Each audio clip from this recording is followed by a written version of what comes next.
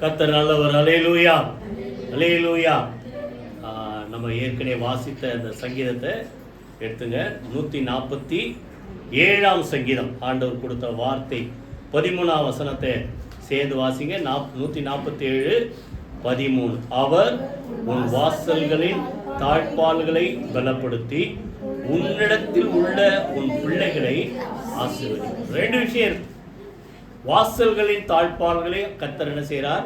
பலப்படுத்துறாருன்னா என்ன அர்த்தம்? பாதுகாக்கிறார். உன் வீட்டை பாதுகாக்கிற பெருசு இல்லை, பிள்ளைகள்னு அடுத்த வார்த்தை வரதால எதை பாதுகாக்கிறார் சொல்லுங்க? உங்க குடும்பத்தை கர்த்தர் என்ன செய்கிறார்? பாதுகாக்கிறார். குடும்பத்தை குறித்து நல்ல சங்கீதம் 127, 128 அதெல்லாம் அடிக்கடி எடுத்து படிங்க. நம்ம குடும்பம் அப்படி இருக்கணும், சரியா? குடும்பங்களை கர்த்தர் பாதுகாக்கிறார். எல்லாத்துக்கும் மேல உங்ககிட்ட இருக்கிற உன் பிள்ளைகளை சொல்லுங்க, வாயை திறந்து, கர்த்தர் ஆசீர்வதிக்கிறார். முதல்ல பிள்ளைங்க நம்ம கொடுத்த ஒரு சொத்துன்னு நம்ம நினைக்கிறீங்களா? பொதுவாக உலக பிரகார மக்களே பிள்ளைங்களை கொஞ்சம் போட்டுலாம் சொல்லுவோம். ஆண்டவர் அப்படித்தான் சொல்றார். பிள்ளைகள் சொல்லுங்க கர்த்தரால் வரும் சுதந்திரம். சுதந்திரம்னா என்ன தெரியுமா? சொத்து, இன்ஹெரிட்டன்ஸ், சொத்து. கர்ப்பத்தின் கனி, அவரால் கிடைக்கும் பலன். பலன்னா ரிவார்டு இல்லைன்னா கிஃப்ட். கல்யாணம் பண்ணால் பொதுவாக எல்லாரும் சொந்தக்காரங்க, ஃப்ரெண்ட்ஸு, அக்கம் பக்கத்தில் இருக்கிறவங்க என்ன செய்வோம்? வந்து மாப்பிள்ளைக்கோ பொண்ணுக்கோ நான் பார்த்த வரைக்கும் ரெண்டு பேருக்கும் யாரும் கிஃப்ட் கொடுத்தா மாதிரி இல்லை. புரியுதா? ஒன்று பொண்ணு சைடுனா பொண்ணு கொடுப்பாங்க, மாப்பிள்ளை சைடுனா மாப்பிள்ளை கொடுப்பாங்க. ஆனால் ரெண்டு பேருக்கும் சேர்ந்து ஆண்டவர் ஒரு கிஃப்ட் கொடுக்குறாரு. அதான் என்ன சொல்லுங்க? பிள்ளைங்க. கை வைத்து கர்த்தரை ஸ்தோத்திரம் பண்ணும். புரியுதா? கர்த்தரால் வரும் சுதந்திரம், அவரால் கிடைக்கும் பலன். அடுத்தது 128ஆம் சங்கீதத்தில் சொல்றாரு, உன் பிள்ளைகள் உன் பந்தியை சுற்றிலும் எப்படி இருப்பாங்கன்னு சொல்லுங்க? ஒலிவ மர கன்றுகளை போல. பைபிள்ல நிறைய மரம், கேதுரு மரம் இருக்குது, தேவதார் மரம் இருக்குது, பனை மரம் இருக்கு. புரியுதா? இப்படி நிறைய மரம் இருக்கு. ஆனா பிள்ளைங்களை எந்த மரத்துக்கு ஒப்பிட்டு சொல்றாரு? ஒலிவ மர கன்றுகளை போல. கைகளை வைத்து கர்த்தரை ஸ்தோத்திரப்போ அந்த மரத்துல ரொம்ப சிறந்தது, வெளியேறப்பட்டது கூட சொல்லலாம். ஏது சொல்லுங்க? ஒலிவ மரம். அதனால தான் அந்த ஆயிலே ரொம்ப காஸ்ட்லியான ஆயில தான் ஆலிவ் ஆயில். புரியுதா? அப்போ ஒலிவ மர கன்றுகளை போல உங்க பிள்ளைங்க சிறந்திருப்பாங்க. புரியுதா? அடுத்து சொல்றாரு அந்த 144 ஒரு வசனம் வாசனை, இவ்விதமான சீரை பெற்ற ஜனம் பாக்கியம் உள்ளது, கர்த்தரை தெய்வமா கொண்ட ஜனம் பாக்கியம். அப்போ தேவ ஜனங்களுடைய குடும்பத்தில் இருக்க பிள்ளைங்க எப்படி இருப்பாங்களா? அந்த 144 12 வாசிங்க. எங்கள் குமாரர் இளமையில் ஓங்கி வளருகிற விருட்ச கன்றுகளை போல. குமாரத்திகள் எப்படி இருப்பாங்களா? சித்திரம் தீர்ந்த அரண்மனை மூளை கற்களை போல இருப்பார்கள். குமாரர் குமாரத்துக்கு சேர்ந்து சொல்லு, எப்படி இருப்பாங்களா? சித்திரம் தீர்ந்த. ஒரு சில நேரத்தில் வீடு கட்டுறாங்கன்னா என்ன பண்ணுவாங்க? ஏதாவது ஒரு கல் எடுத்தாந்து கொஞ்சம் ஓரளவு பார்த்து வச்சிருவாங்க. ஆனால் இங்கே எப்படிப்பட்ட கல்லா? மூளைக்கல்லாம். அந்த கார்னர் ஸ்டோன், இதெல்லாம் நம்ம போன வாரமா அதுக்கு முந்தின வாரம் பார்த்தோம் இல்லை? கார்னர் ஸ்டோன் வீட்டை தாங்கிறது. அப்போ உங்க குடும்பத்தை தாங்கி நிற்கிற தூண்களை போல. இன்னொரு இடத்துல சொல்றாரு அரண்மனை மூளை கற்களை போல. அடுத்தது எப்படிப்பட்ட கல்லா? சித்திரம் தீர்ந்தன அர்த்தம். அதை நல்லா பணிப்படுத்தி சாலமோன் தேவனுடைய ஆலயத்தை கட்டும்போது அந்த கல்லெல்லாம் அங்கேருந்து கொண்டு வரும்போதே அதெல்லாம் ஷேப் பண்ணி என்னென்ன பண்ணோம் எல்லாத்தையும் கரெக்டாக பண்ணிட்டு தான்ட்டான். ஆனால் அந்த ஆலயம் கட்டுற இடத்துல அந்த சுற்றி வச்சு அடிக்கிறது, உடைக்கிறது சத்தமே கேட்கலையா? அப்போது உங்ககிட்ட இருக்கிற உங்கள் பிள்ளைங்களை கர்த்தர் என்ன செய்கிறா சொல்லுங்க? ஷேப் பண்ணி அதை என்னென்னலாம், அந்த இங்கிலீஷில் ஒரு வார்த்தை ஃபேஷன் அப்படின்னு, எதுக்கெல்லாம் ஆண்டவர் விருப்பமாக இருக்கிறா அப்படிப்பட்ட ஒரு கல்லா கர்த்தர் என்ன செய்கிறா சொல்லுங்க? உருவாக்கி வைத்திருக்கிறார். பிள்ளைங்களை கர்த்தரை எப்படி ஆசீர்வதிச்சு உயர்த்துறா பாருங்க, ஒலிவ மர கன்றுகளை போல. அடுத்தது சொல்லுங்க, இங்கே சித்திரம் தீர்ந்த கற்களை போல. அப்போ தேவனுக்கு பிரியம் உங்களையும் ஆசீர்வதிக்கணும், உங்கள் பிள்ளைங்களையும் என்ன செய்யணும்? கர்த்தர் ஆசீர்வதிக்க பிரியமா இருக்கிறார். மார்க் 10ஆம் அதிகாரத்தில் நீங்கள் பார்த்தீங்கன்னா அங்கே பிள்ளைங்களை கொண்டு வராங்க. அப்போ உடனே ஒரு சிலர் என்ன செய்கிறாங்க? அதட்டுறாங்க. எங்கள் பிள்ளைங்க வந்தால் என்ன செய்யும்? தொந்தரவு பண்ணுமே. அங்கே என்ன சொல்கிறார்? 10ஆம் அதிகாரம் 14 நீங்கள் படித்து பாருங்கள். சிறு பிள்ளைகள் என்னிடத்திற்கு வருவதற்கு என்ன செய்துங்க, இடம் கொடுங்கள், தடை செய்யாதிருங்கள். ஏன் தடை பண்றாங்க? ஏதாவது சத்தம் போடும், இடைஞ்சலா இருக்கும். புரியுதா? நீங்க அப்படி நினைக்காதீங்க. உங்க பிள்ளைங்க ஏதாவது இடைஞ்சலா இருக்கும், சத்தம் போடனா அதை வந்து வீட்லயே கொஞ்சம் ட்ரெயின் அப் பண்ணி இப்படிலாம் இருக்கணும் சர்ச்சில் அப்படின்னு சொல்லி கொடுத்துவாங்க.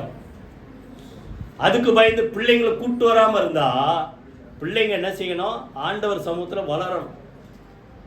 என்னிடத்தில் வருவதற்கு என்ன செய்யுங்க, இடம் கொடுங்க.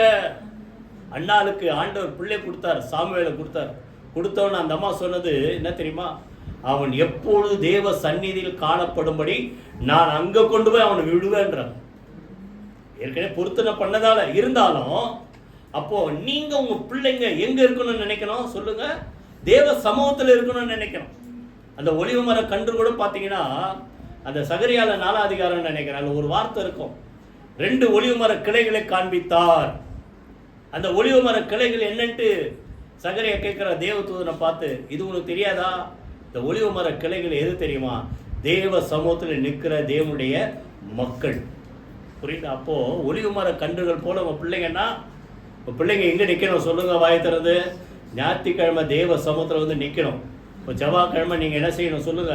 பைபிள் ஸ்டடிக்கு கூப்பிட்டு வந்து நிற்கணும். புரியுதா? அப்போது தேவ சமூகத்தில் அதிகமாக அந்த பிள்ளைங்க தேடி வந்தால் அவர் பார்த்துக்குவார். பின்னால் அதெல்லாம் நம்ம பார்ப்போம்.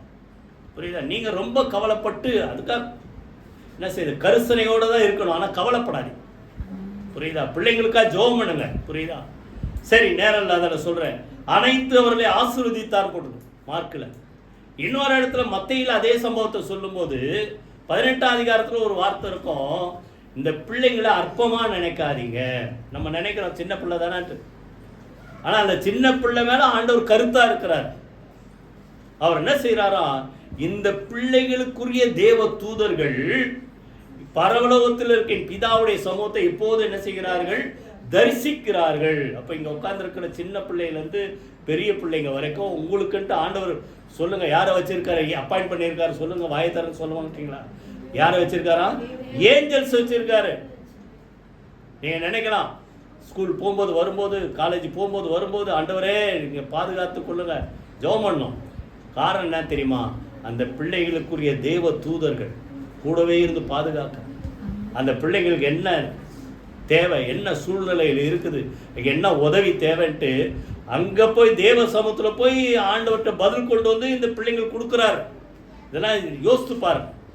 பிள்ளைங்கள் லேசாக ஆண்டவர் நினைக்கல, கனமாக நினைக்கிறார். புரியுதா? அவர் இந்த தேவ தூதர்கள் என்ன செய்கிறார்கள், தேவ சமூகத்திலே தரிசிக்கிறார்கள். அடுத்தது பிள்ளைகள் தேவனால் பாதுகாக்கப்பட்டவர்கள்.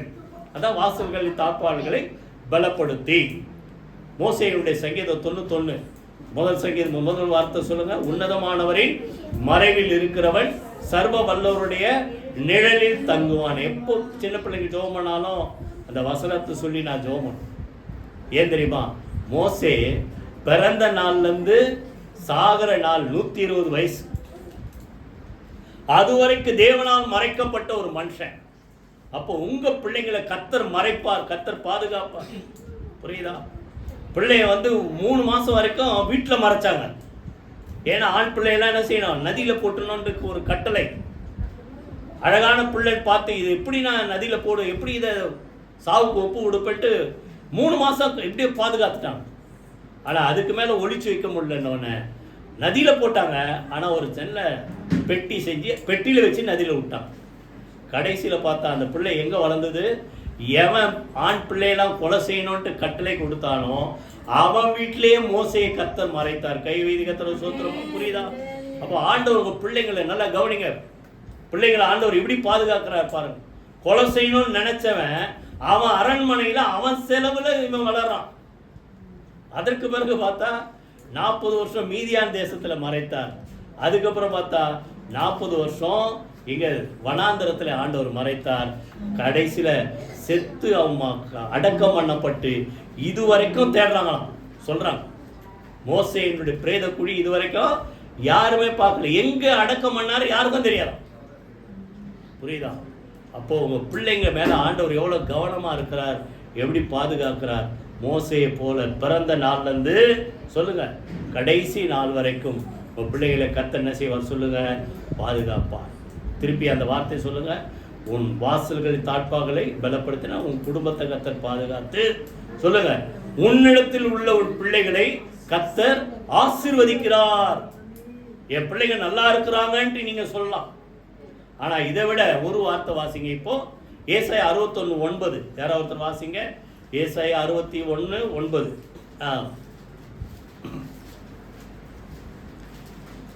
ஏசாயா 61:9.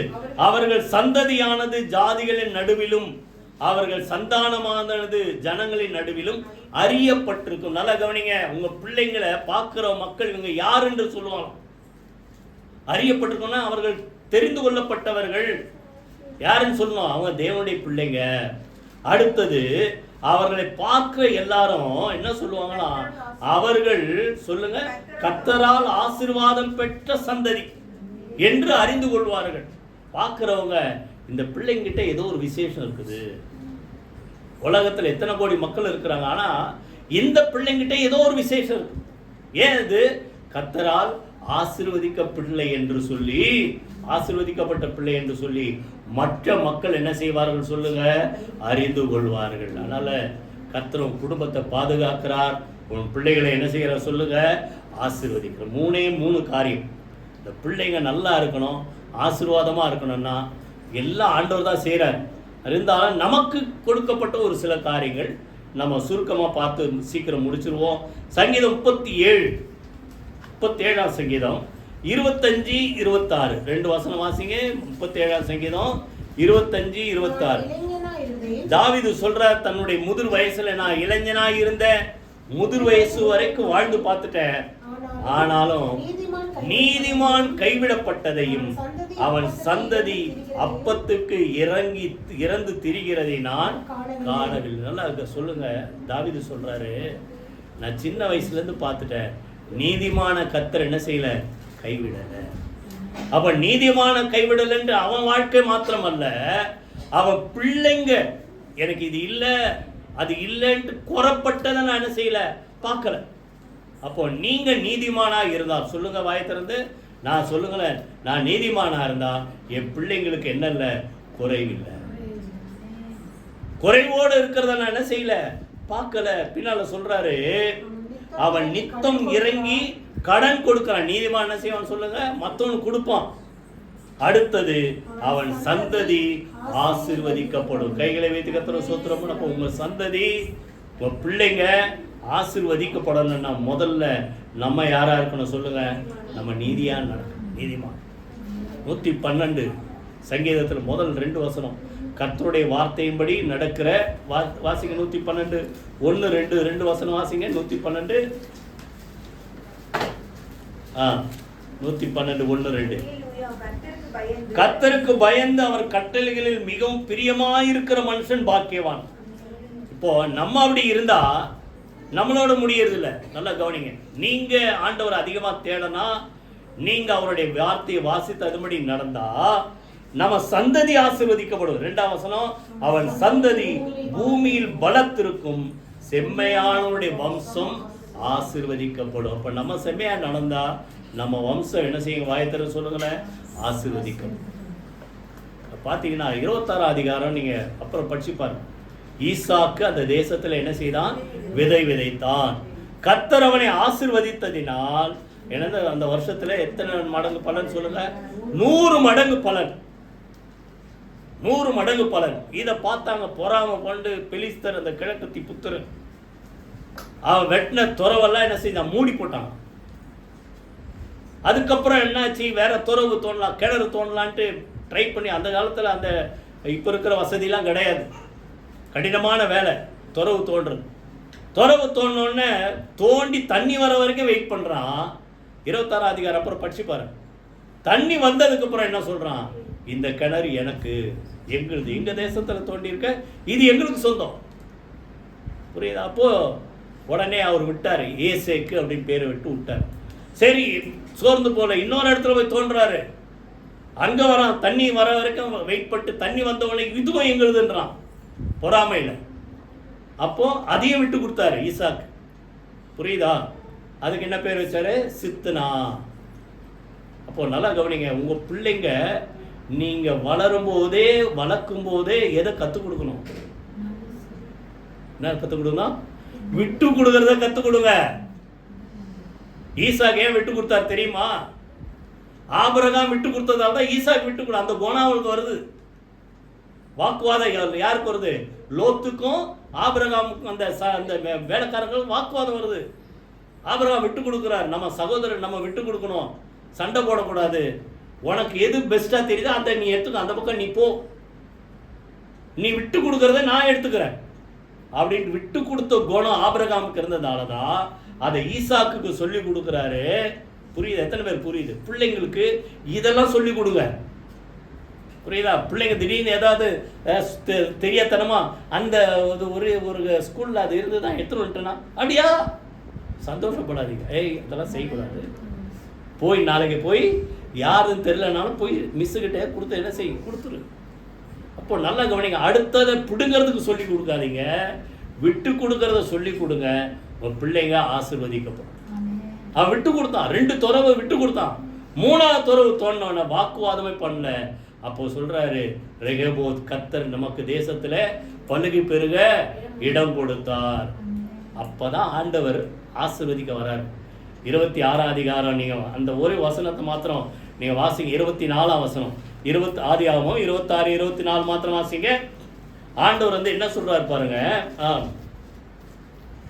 ஆதி நல்ல கவனிங்க, தரிசனமாகி ஆண்டவர் வந்து பேசுறார். நான் உன் தகப்பனாகிய ஆபிரகாமுடைய தேவன், நீ பயப்படாத. அதாவது உன்னை வந்து இடைஞ்சல் பண்றாங்களேன்ட்டு என்ன செய்யாத, பயப்படாத. நான் உன்னோட இருந்து என் ஊழியக்காரனாகிய ஆபிரகாமின் நிமித்தம் நான் உன்னை ஆசீர்வதிப்பேன். நல்லா கவனிங்க, ஈசாக்கு ஆசீர்வதிக்கப்பட்டவன் தான். கர்த்தர் அவனை ஆசீர்வதிக்கிறார். எதனால ஆசீர்வதிக்கிறார்? வாயத்தர் சொல்லுங்க. உன்னுடைய தகப்பன் ஆபிரகாமின் நிமித்தம் நான் உன்னை ஆசீர்வதிப்பேன். அப்போ உங்க பிள்ளைங்க ஆசீர்வதிக்கப்பட்டவங்களா இருக்கணும்னா நீங்க யாரா இருக்கணும் சொல்லுங்க? நீங்க ஆண்டவரை தேடுற, அவருக்கு கீழ்ப்படுகிற, செம்மையான வழியில நடக்கிற மக்களா இருக்கணும். இப்ப ஈசாக்கு ஆண்டவர் ஆசீர்வதித்தார். ஈசாக்கு 2 பிள்ளைங்க, எல்லாருக்கும் தெரியும், ஏசா யாக்கோபு. அங்க 2 பேருக்கும் ஒரு சண்டை வந்தது. கடைசியில் என்ன பண்ணாங்க? யாக்கோபு அண்ணங்கார கொலை பண்ணுவேன் அப்படின்னு மிரட்டினோடனே, நீ எங்க போ, லாபான் வீட்டுக்கு அங்க போ. ரெபேக்கா அந்த அம்மா என்ன பண்ணுச்சு? அனுப்பிச்சு. இப்ப யாக்கோபு சீரியா தேசத்துக்கு பிரயாணம் பண்ணிட்டு போறாரு. அங்க தேவன் வந்து யாக்கோபை சந்திக்கிறார். என்ன சொல்றாரு பாருங்க. ஆதியாகமம் 28 அதிகாரம் 14 வாசிங்க. 14ஆம் வசனம்.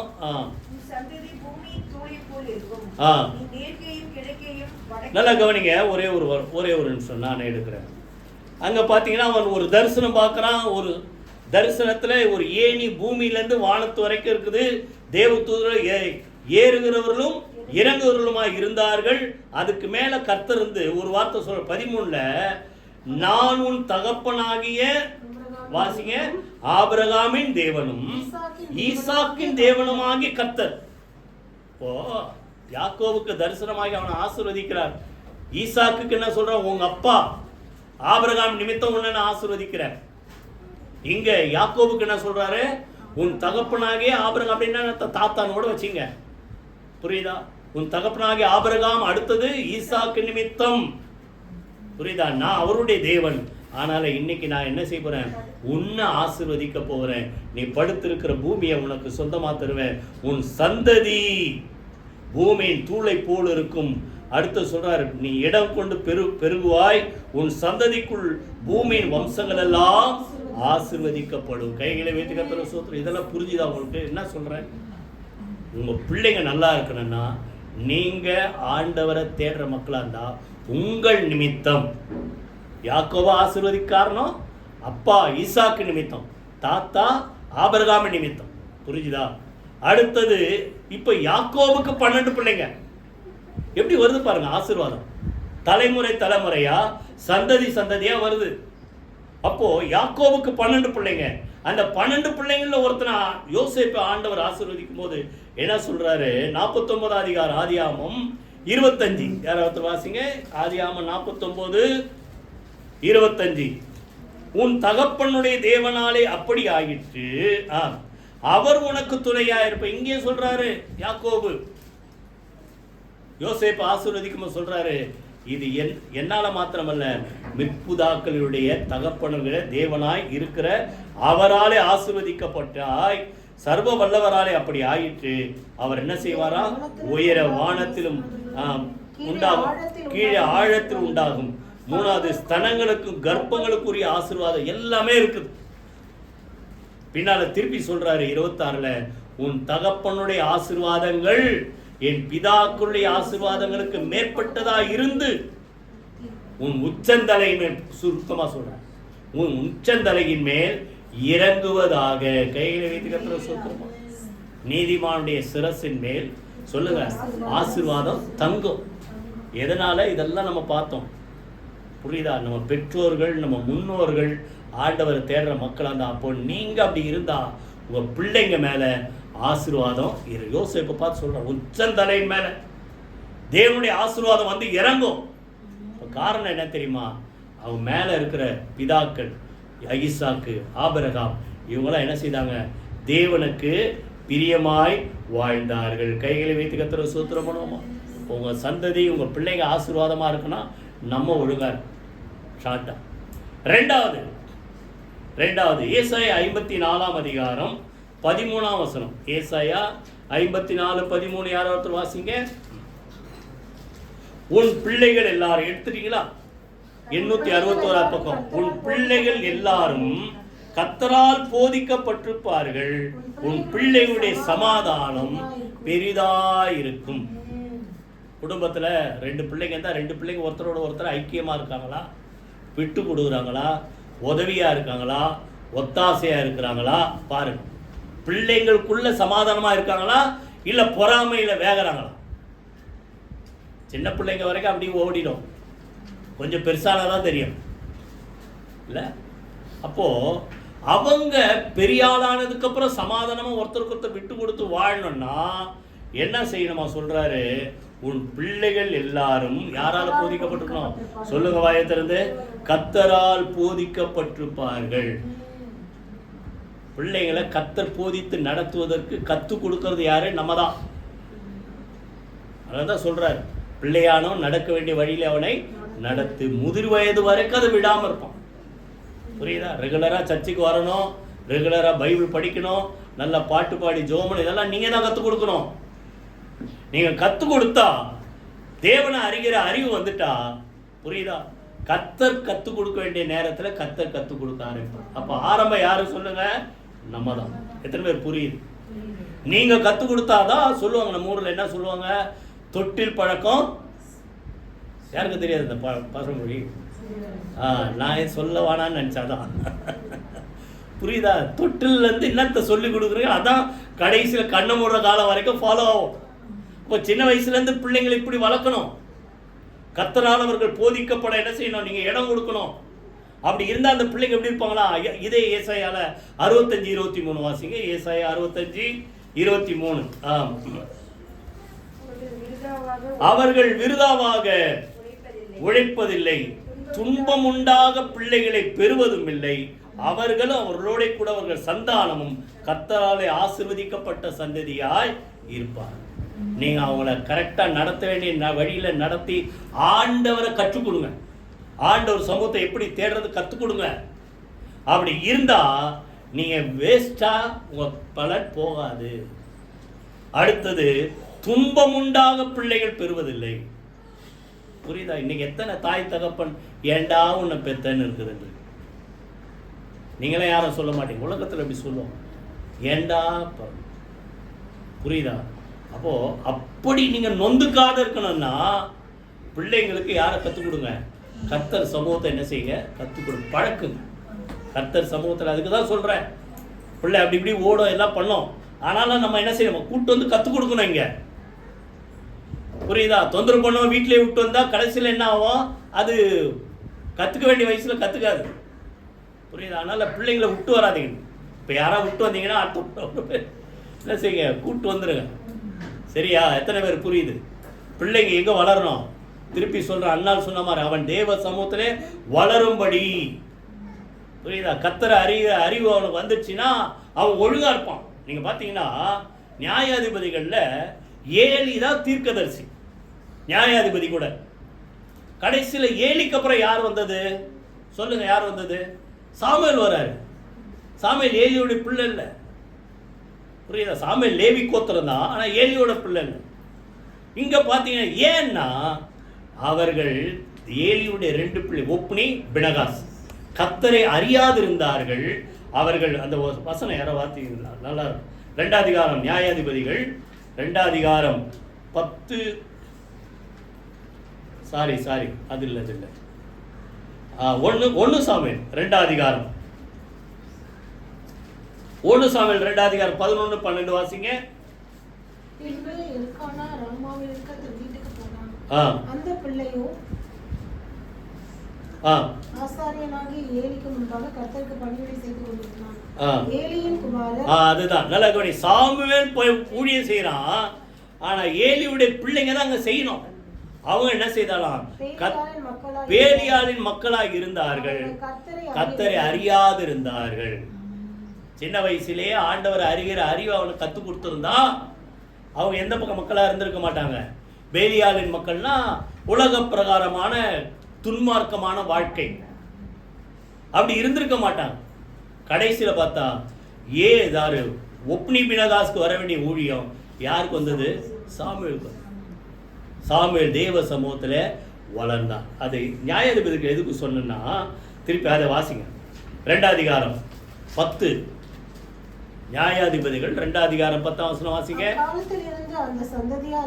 நல்லா கவனிங்க. இங்க பாத்தீங்கன்னா யோசுவாவுக்கு அப்புறம் வர ஒரு சரித்திரத்தை நம்ம வாசிக்கிறோம். அக்காலத்தில் இருந்த அந்த சந்ததியார் எல்லாரும் தங்கள் பிதாக்களுடன் சேர்க்கப்பட்ட பிறகு கர்த்தரையும் அவர் இஸ்ரவேலுக்கு செய்த கிரியையும் அறியாத வேறொரு சந்ததி அவர்களுக்கு பின் எழும்பிட்டு அவங்க என்ன பண்ணாங்களா? கர்த்தரின் பார்வைக்கு பொல்லாப்பானதை செய்து பாகால்களை தேவனை விட்டுட்டு கர்த்தரை விட்டு பாகாலை சேவிக்க போயிட்டான். காரணம் என்ன? ஆண்டவரை அறிந்த சந்ததி முடிஞ்சிச்சு. இப்போ நம்ம எத்தனை வருஷம் இருப்போம் தெரியாது. நான் இன்னைக்கு இருக்கிறேன், நான் எவ்வளோ நாள் இருப்பேன் தெரியாது. புரியுதா? அப்போ நான் இருக்கும்போது என் சந்ததி என்ன செய்யணும்? கர்த்தர் அறிகிற அறிவில் அவங்கள என்ன செய்யணும் சொல்லுங்க? வளர்க்கணும். அதுக்கப்புறம் அவங்க பார்த்துக்குவாங்க. அவங்க வளர்ந்ததுக்கப்புறம் அவங்களுக்கு ஒரு பிள்ளை வந்துன்னா அவங்க பிள்ளைங்களை அவங்க பார்த்துக்குவாங்க. எத்தனை பேர் புரியுது? இவங்க அது கற்று கொடுக்காதால அந்த சந்ததி முடிஞ்சவொன்னு அடுத்த சந்ததி ஆண்டவர்கிட்ட பின்வாங்கி தூரமாக போயிட்டாங்க. கடைசியில் பார்த்தா எத்தனையோ வருஷ கணக்கில் 40 வருஷம் 20 வருஷம் மாறி மாறி வரும். மற்ற மக்கள் அவர்களை என்ன செய்தார்கள் சொல்லுங்க? ஒடுக்கினார்கள். அப்போ நம்ம வேலை என்ன தெரியுமா சொல்லுங்க? கர்த்தரை அறிகிற அறிவிலே அவர்களை வளர்க்கணும். இதை தான் நம்முடைய ஆவியானவர் ஆண்டவர் செய்கிற. வாசிங்க, ஒரு சில வசனங்கள் வாசிப்போமா? நம்ம ஏற்கனவே அதெல்லாம் படிச்சுட்டோம். யோவேல்ல சொல்ற கடைசி நாளில் மாம்சமான யாவர் மேலே நாவி என்ன செய்வேன்? ஊற்றுவேன். புரியுதா? அப்போ உங்கள் குமாரர் குமாரத்திகள் என்ன செய்வார்கள்? தீர்க்க தரிசனம் சொல்வார்கள், தரிசனங்களை காண்பார்கள். புரியுதா?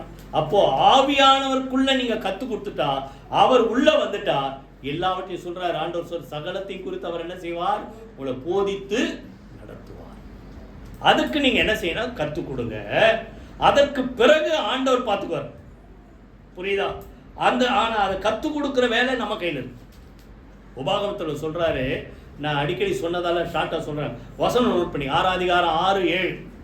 நீ என்ன செய்? தேவனுடைய வார்த்தைகள், இந்த சத்திய வார்த்தைகளை நீ உட்கார்ந்திருக்கிற போது, நடக்கிற போது, படுக்கிற போது இதை குறித்து நீ பேசி உன் பிள்ளைகளுக்கு என்ன செய்? கத்துக் கொடுன்றார். எத்தனை பேர் கத்துக் கொடுக்குறீங்க? பாடம் கத்துக் கொடுப்பீங்க, ஏன்னா பிள்ளை ஸ்கூல்ல நல்லா வரணும்ட்டு. பைபிள் கத்துக் கொடுக்குறீங்களா? இவ்வளவுதான் பார்த்து கேட்கிறேன். புரியுதா? அப்ப நீ என்ன செய்? உட்கார்ந்துருக்கும் போது, நடக்கும் போது, படுக்கும் போது எதை குறித்து பேசு? தேவனுடைய வார்த்தை குறித்து, அவர் சொன்ன வழிகளை குறித்து என்ன செய்? பேசு. புரியுதா? ஆபிரகாம் குறித்து சொல்ற ஒரு சாட்சி சொல்ற, நான் செய்ய போறது ஆபிரகாமுக்கு என்ன செய்ய மாட்டேன்? மறைக்க மாட்டேன். 18 அதிகாரத்துல ஏன் தெரியுமா? நான் அவனுக்கு என்ன சொல்லி கொடுக்கிறனோ அதை அவன் தன் பிள்ளைகளுக்கு, பிள்ளைகளுடைய பிள்ளைகளுக்கு என்ன செய்வான்? சொல்லி கொடுப்பான். கைகளை வைத்து கர்த்தரை ஸ்தோத்திரம் பண்ணுவோமா? அதனால் நல்லா கவனிங்க. அப்போது கர்த்தரை அறிகிற அறிவு பிள்ளைங்களுக்கு வரணும்னா அது யார் மூலமாக முதல்ல வரணும்? நீங்கள் தான் பழக்குவீங்க, நம்ம சொல்லி கொடுக்கணும். இதை படிக்கும்போது நேற்று தற்செயலாக ஒரு இன்சிடெண்ட் ஞாபகம். அந்த யார் ஏனோக் பிள்ளைகளை என்ன செய்தான்? பெற்றான். 300 வருஷம் தேவனோடு கூட சஞ்சரித்து பிள்ளைகளை என்ன செய்தான்? பெற்றான் இருக்கும். அங்கே ஒரு வார்த்தை இருக்கும், அந்த வசனம் மாத்திரம் வாசிங்க. ஆதியாகமம் 5ஆம் அதிகாரம் 21. யாராவது வாசிங்க. ஆதியாகமம் 5ஆம் அதிகாரம் 21.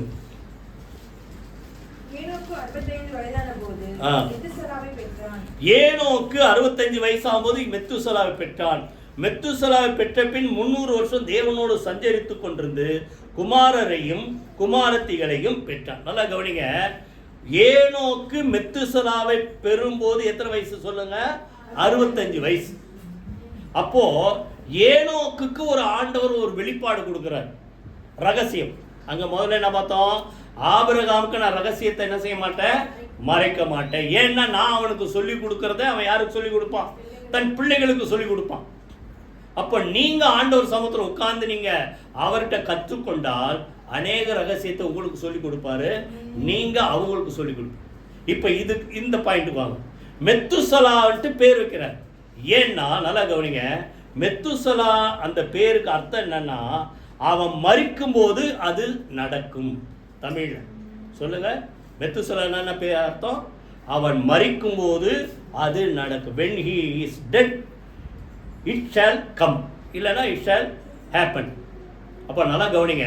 அப்போ நீங்கள் வரிசையாக நான் இதெல்லாம் நான் கணக்கெல்லாம் போட்டுக்கிறேன், புரியுதா? பைபிள் படிக்கும்போது இதெல்லாம் இப்படி பார்ப்போம், வருஷம் அது எத்தனை வருஷம், நோவா ஃப்ளட்டு வரும்போது யார் யார் எப்போ போய் இருந்தாங்க நீங்கள் கரெக்டாக பார்த்தா அவன் மெத்துசலாவுக்கு ஒரு ரகசியத்தை ஆண்டவர் வெளிப்படுத்துகிறார். சாரி, ஏனோக்கு என்ன ரகசியம்? பிற்காலத்தில் இயேசு வரப்போறதுன்னு குறித்து ஆண்டவர் பேசுறார். ஆதாமுக்கு 7ஆம் தலைமுறையான ஏனோக்கு இப்படி பேசியிருக்கிறாட்டுங்க யூதா புக்கில் இருக்கு. சரி, அதை விட்டுறேன். இந்த சம்பவத்துக்கு வாங்க.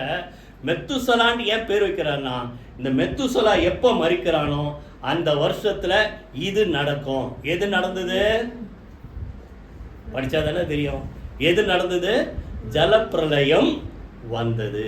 அப்போ எப்படி பாருங்க, பேர் வைக்கும் போதே ஆண்டவர் ஒரு ரகசியத்தை சொல்றார். இந்த மெத்துசலா மரிக்கிற வருஷத்துல தான் உலகம் ஜலப்பிரளயத்தினால் என்ன செய்ய போகுது? அழிக்கப்பட போகுது. நீ கரெக்டாக அந்த வருஷம் கணக்கு அதுக்கப்புறம் அப்படி வரிசையாக கணக்கு போட்டு பாருங்க. அந்த ஜலப்பிரளயம் வர வருஷம் மெத்துசலாவுடைய 969வது வருஷம். அப்போ தான் அவர் இறந்தார். இது எத்தனை பேர் புரியுது? அப்போது நீங்கள் நல்லா ஜெபம் பண்ணால் உங்களுக்கு ஆண்டவர் அநேக காரியங்கள் என்ன செய்வார் சொல்லுங்கள்? ரகசியங்களை வெளிப்படுத்துவார். நீங்கள் வரப்போகிற காரியங்களை உங்கள் பிள்ளைங்களுக்கு என்ன செய்யலாம்? சொல்லலாம். புரியுதா? அதனால் கர்த்தருக்கு என்ன செய்யுங்க? அவர் அறிகிற அறிவில் பிள்ளைகளை என்ன செய்யணும்? வளர்க்கணும். தீமோத்தேய அருமையான பவுல் பாராட்டுறார். உனக்குள்ள இருக்கிற விசுவாசம் எப்படிப்பட்ட விசுவாசம் சொல்றார் சொல்லுங்க? மாயமற்ற விசுவாசம். அந்த மாயமற்ற விசுவாசம் எப்படி வந்துதான்? முதல்ல பாட்டி யாரு? லோவிசா. அவங்க பாட்டிக்கிட்ட இருந்தது. பாட்டிக்கிட்ட இருந்து அவங்க அம்மா யாரு? ஐநேக்கையா. அப்ப அந்த மாயமற்ற விசுவாசம் எங்கிறது வருது? தலைமுறை. திருப்பி நான் முதல்ல சொல்றேன், ஆபிரகாம்ல இருந்து பார்க்கலாம். தலைமுறை பாட்டிக்கிட்ட இருந்து அம்மா கிட்ட இருந்து இப்ப பிள்ளைகிட்ட. இப்ப பிள்ளைக்கு வந்துச்சுன்னா அதுக்கப்புறம் என்ன அர்த்தம்? பிள்ளை ஒரு பெரிய ஆளாகி அது ஒரு சந்ததி வரும்போது அந்த பிள்ளை என்ன செய்யும்? மற்றவங்களுக்கு சொல்லி கொடுக்கும். கைகளை வைத்து கர்த்தரை ஸ்தோத்திரம் பண்ணுவோமா? அப்போ பிள்ளைகள் கர்த்தரால் போதிக்கப்பட்டிருந்தா பிள்ளைங்க சமாதானமா வாழ்வாங்க. அதுக்கு வழி நடத்த வேண்டிய பொறுப்பு யார் கையில் இருக்கு சொல்லுங்க? நம்ம கையில். மூணாவது கடைசியா யோவான் நிருபம் 1 யோவான் 3ஆம் அதிகாரம் முதல் வசனம். யாராவது வாசிங்க. 1 யோவான் 3ஆம் அதிகாரம் முதல் வசனம். நாம் தேவனுடைய பிள்ளைகள் என்று அழைக்கப்படுவதினாலே பிதாவானவர் நமக்கு பாராட்டின அன்பு எவ்வளவு பெரிதென்று பாருங்கள். உலகம் அவரை அறியாதபடியினாலே நம்மையும் உலகம் அறியல. அதுதான் முதல்ல சொல்றேன். உங்க பிள்ளைங்களை கர்த்தர் அறிகிற அறிவுல என்ன செய்யணும்? வளர்க்கணும். அந்த பொறுப்பு நம்மகிட்ட மறந்துடாது. இப்போ அப்படி வரும்போது உங்க பிள்ளைங்க இப்ப யார் பிள்ளைங்களா மாறிட்டாங்க? எத்தனை பேருக்கு புரியுது? யார் பிள்ளைகள்? நாம் யாருடைய பிள்ளைகள்? தேவனுடைய பிள்ளைகள் என்று அழைக்கப்படுவதினாலே. அப்போ உங்க பிள்ளைங்க இப்ப யார் பிள்ளையா மாறிட்டாங்க? தேவனுடைய பிள்ளைகளா. எப்படி மாறினாங்க? இயேசு குறித்து நீங்க பேசி இருக்கிறீங்க, அவரை அறிகிற அறிவுக்குள்ள அவங்கள நடத்திட்டீங்க. யார் தேவனுடைய பிள்ளைங்க? எல்லாருக்கும் தெரியும். அவருடைய யாரு? இயேசுடைய நாமத்தின் மேல் விசுவாசம் உள்ளவர்களாய் அந்த இயேசு கிறிஸ்துவை ஏற்றுக்கொண்டவர்கள் எத்தனை பேர்களோ அத்தனை பேர்கள் தேவனுடைய பிள்ளைகள் ஆகும்படிக்கு அவர்களுக்கு அதிகாரம் கொடுத்தார். அப்ப அவரை அறிகிற அறிவு, அவரை பற்றி அந்த இன்ட்ரோடியூசிங் யார் சொல்லி கொடுக்கணும்? நம்ம தான் சொல்லி கொடுத்தா நீங்க அவங்க தேவனுடைய பிள்ளைகளா மாறிடுவாங்க. தேவனுடைய பிள்ளைகளா மாறிட்டா நீங்க எவ்வளவு கவனமா உங்க பிள்ளைங்க, என் பிள்ளை பிள்ளை பிள்ளை பிள்ளைன்ட்டு என்ன சொல்றீங்க, கரிசனையா பாரத்தோட என்னென்ன பண்றீங்களோ அத்தனை யார் பார்த்துக்குவார்? சொல்லுங்க, வாயத்தர சொல்லுங்களேன். கர்த்தர். அதுக்காக அவர்கிட்ட கொடுத்துட்டேன் எனக்கு பொறுப்பு இல்லைன்னு இல்லைங்க. கடைசி வரைக்கும் நீங்க உயிரோடு இருக்கிற வரைக்கும் உங்க பிள்ளைகளுக்காக என்ன செய்யணும்? ஜெபம் பண்ணிட்டே தான் இருக்கணும். புரியுதா? ஆனா முக்கியமா இந்த பாரம் உங்களை விட்டு நீங்கிடும். எப்போ? ஒரு தைரியம். இவங்களாம் யாரா மாறிட்டாங்க? தேவனுடைய பிள்ளைகளா மாறிட்டாங்க. அவங்க ஆண்டவர் பிள்ளை, அவர் பார்த்துக்குவார். புரியுதா? அந்த ஒரு தைரியம் நமக்கு இருக்கும். புரியுதா? அதனால கடைசியா ஒரு சில காரியத்தை வாசித்து முடிச்சிருவோம். அவங்க தேவனுடைய பிள்ளையா இருந்தா நிச்சயமா வழி தவறி போக மாட்டாங்க. புரியுதா? சின்ன வயசு வரைக்கும் கண்ணும் கருத்துமா பார்க்குறோம், பிள்ளை எங்க இருக்குது எங்க இருக்குது, இப்போ என்ன பண்ணுது பார்த்துக்கிட்டே இருக்கணும், நம்ம பொறுப்பு. ஆனா அவங்க தேவனை அறிகிற அறிவுக்குள்ள வந்து தேவனுடைய பிள்ளைகளா மாறிட்டா கர்த்தர் பார்த்துக்கோ, அவங்க லேஸ்ல வழி தவறி போக மாட்டாங்க. இப்போ அதிலேயே 3 அதிகாரம் 9ஆம் வசனம் வாசிங்க. தேவனால் பிறந்த எவனும் பாவம் செய்யான், ஏனெனில் அவனுடைய வித்து அவனுக்குள் தரித்திருக்கிறது, அவன் தேவனால் பிறந்தபடியினால் சொல்லுங்க பாவம் செய்ய மாட்டான். உங்க பிள்ளைங்க தேவனுடைய பிள்ளைகளா மாறிட்டா பாவம் செய்யாதபடி அவரை தடுத்து வழி நடத்த வேண்டியது அவர் பார்த்துக் கொள்வார். கைகளை வைத்து கர்த்தருக்கு ஸ்தோத்திரம் பண்ணுவோமா? புரியுதா? அதனால்தான் அதே இதுலேயே யோவான்லே ஒரு 2-3 வசனத்தை வாசி முடிச்சிருவோம். 5:18 வாசிங்க. 5:18 தேவனால் பிறந்த தேவன் 5:18 5 அதிகாரம் 18 தேவனால் பிறந்த எவனும் பாவம் செய்யான் என்று அறிந்திருக்கிறோம், தேவனால் பிறந்தவன் தன்னை காக்கிறான், பொல்லாங்கன் அவனை என்ன செய்ய முடியாது? தொட முடியாது. புரியுதா? முதல்ல நம்ம வளர்க்கணும் சொல்லுங்க, அடுத்து நம்ம நீதிமானா இருக்கணும், 3வது சொல்லுங்க அவங்க யார் பிள்ளையா மாத்திடணும்? ஆண்டவர் பிள்ளையா மாத்திடணும். அவன் தேவனால் பிறந்த தேவனுடைய பிள்ளையா இருந்தா அவன் பாவம் செய்ய மாட்டான். ஏன்னா அவன் தன்னை காக்கிறான், பொல்லாங்கன் அவனை என்ன செய்ய முடியாது? சொல்லுங்க, தொட முடியாது. அவன் எல்லாத்தையும் நிச்சயமா என்ன செய்வான்? ஜெயிப்பான். 5:4 வாசிங்க. தேவனால் பிறப்பதெல்லாம் சொல்லுங்க உலகத்தை ஜெயிக்கும், நம்முடைய விசுவாசமே உலகத்தை அவன் ஜெயிச்சிருவான். சொல்லுங்க வாயை திறந்து, என் பிள்ளை எல்லாத்தையும், வாயை திறக்க மாட்டேன், என் பிள்ளை எல்லாத்தையும் ஜெயிப்பான். எல்லாத்தையும் என்ன அர்த்தம்? உலகம், பிசாசு, பாவம், இப்படி எல்லாம் எதான் நம்ம விசுவாச ஜீவியத்துக்கு எதிராக இருக்கிறதோ எல்லாவற்றையும் அவர்கள் என்ன செய்வார்? சொல்லுங்க, ஜெயிப்பார். அதே கடைசியா ஒரே ஒரு வாசனம் வாசி முடிவு 4:4 வாசிங்க. பிள்ளைகளே, நீங்கள் தேவனால் உண்டாயிருந்து அவர்களை ஜெயித்தீர்கள், ஏனெனில் உலகத்தில் இருக்கிறவனிலும் உங்களில் இருக்கிறவர் பெரியவர். இவர் எனக்குள்ள இருக்கிறார். இப்போ அடுத்து நம்ம என்ன சொல்லணும்? என் பிள்ளை சொல்ல மாட்டீங்களே, என் பிள்ளைகளுக்குள்ள இருக்கிறார். நான் ஜெயித்தா மாதிரி என் பிள்ளைகளும் உலகத்தை என்ன செய்வார்கள்? சொல்லுங்க, ஜெயிப்பார்கள். எல்லாரும் எழுந்திரு கர்த்தருக்கு ஸ்தோத்திரம் பண்ணுவோமா? உன் வாசல்களின் தாழ்பால்களை பலப்படுத்தி உன்னிடத்தில் உன் பிள்ளைகளை குடும்பங்களை பாதுகாக்கிறார். பிள்ளைகளை கர்த்தர் என்ன செய்யறார்? சொல்லுங்க, ஆசீர்வதிக்கிறார். நல்ல கர்த்தருக்கு ஸ்தோத்திரம் பண்ணுங்க. முதல் காரணம், நம்ம செம்மையான வழியில நடக்கும். செம்மையானுடைய வம்சம் ஆசீர்வதிக்கப்படும், நீதிமானுடைய சந்ததி ஆசீர்வதிக்கப்படும். நம்ம நீதி நேர்மையுமா இருந்தா நம் நிமித்தம் பிள்ளைகள் ஆசீர்வதிக்கப்படுவார். தலைமுறை ஆண்டவர் சொல்லிட்டே வர்றார். ஆபிரகாமுக்கு ஈசாக்க பார்த்து சொல்றார், ஈசாக்க பார்த்து ஆபிரகாமை குறித்து சொல்றாரு. அடுத்தது யாக்கோபை பார்த்து ஆபிரகாம் மூலமா ஈசாக்கு மூலமான்றாரு. யாக்கோபு யோசேப்பு பார்த்து சொல்லும்போது, முற்பிதாக்களுடைய தேவன் உன்னோடு கூட இருந்து உச்சந்தலையின் மேல் ஆசீர்வாதத்தை ஊற்றுவார். கையில வைத்து கர்த்தரை ஸ்தோத்திரம் பண்ணுங்க. நம்ம தேவ சந்ததியா இருந்தா நம்ம பிள்ளைகள் தேவ சந்ததியா வளருவார்கள். இரண்டாவது, கர்த்தரால் அவர்கள் போதிக்கப்படுவதற்கு நம்ம என்ன செய்யணும்? கர்த்தரை அறிகிற அறிவிலே வளர்க்க வேண்டும். மூணாவது, அவங்க நம்ம பிள்ளைங்க மாத்திரமல்ல, வளர்ந்த பிறகு அவங்க தேவனுடைய பிள்ளைகளா மாறிட்டா கர்த்தர் எல்லாவற்றையும் பார்த்துக் கொள்வார். கைகளை வைத்து கர்த்தரை ஸ்தோத்திரம் பண்ணுவோமா?